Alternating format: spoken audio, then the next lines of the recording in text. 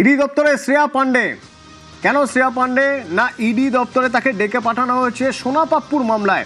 এই সোনা পাপ্পুর মামলায় শ্রেয়া পাণ্ডে কিভাবে জড়িত, তাকে কি তার কাছ থেকে ঠিক কি জানতে চাওয়া হবে জানবো। অনুপ রয়েছে আমার সঙ্গে। অনুপ, দেখো, সোনা পাপ্পু মামলায় ইতিমধ্যে তৃণমূল নেত্রী শ্রেয়া পাণ্ডে তাকে তলব করা হয়েছিল এবং বলা হয়েছিল আগামীকাল তাকে ইডি দপ্তরে আসার কথা।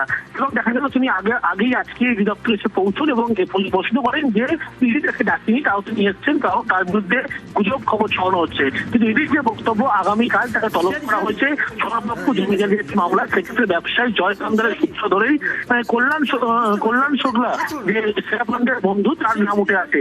এর পরবর্তী ক্ষেত্রে শ্রেয়া পাণ্ডের বন্ধু কল্যাণ শুক্লা তাকে জিজ্ঞাসাবাদ করা হয় এবং সেখান থেকে তথ্য পাওয়ার পরে শ্রেয়া পাণ্ডেকে তলব করা হয়। ইতিমধ্যে আগামীকাল শ্রেয়া পাণ্ডেকে তলব করা হলেও তিনি আজকে ইডি দপ্তরে এসেছেন। বর্তমানে এখন ইডি দপ্তরে আছে, ইডি আধিকারিকরা তাকে জিজ্ঞাসাবাদ করছে বলে এমনটাই খবর।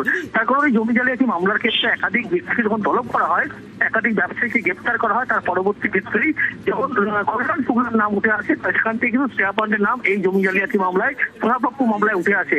সেই কারণে তাকে তলব করা হয়েছে এবং দীর্ঘ কয়েক ঘন্টা অতিক্রান্ত এখনো পর্যন্ত শ্রেয়া পাণ্ডেকে জিজ্ঞাসাবাদ করা হচ্ছে ইডির পক্ষ থেকে। ধন্যবাদ।